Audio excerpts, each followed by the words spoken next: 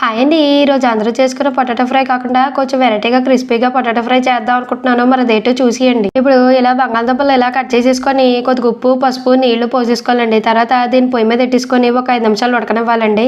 5 నిమిషాలు ఇలా ఉడికిన తర్వాత ఇగో ఇలాగా 2 బంగాళదుంప ముక్కలు ఇలా ప్లేట్లోకి తీసుకొని గుచ్చుకొని చూసుకోవాలండి.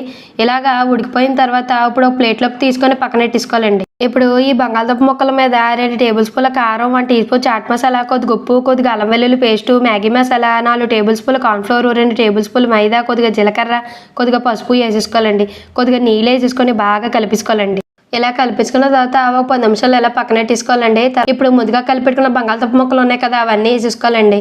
ఇలా 2 వైపులా తిప్పుకుంటూ బాగా డీప్ ఫ్రై చేసుకోవాలండి. బాగా ఎగిపోయండి. ఇప్పుడు ఈ డీప్ ఫ్రై స్ట్రైనర్ మీదకి తీసేసుకోవాలి. ఇగో ఇక్కడ చూపిస్తున్న విధంగా ఇలా కరకరలాడేలా సౌండ్ రావాలండి.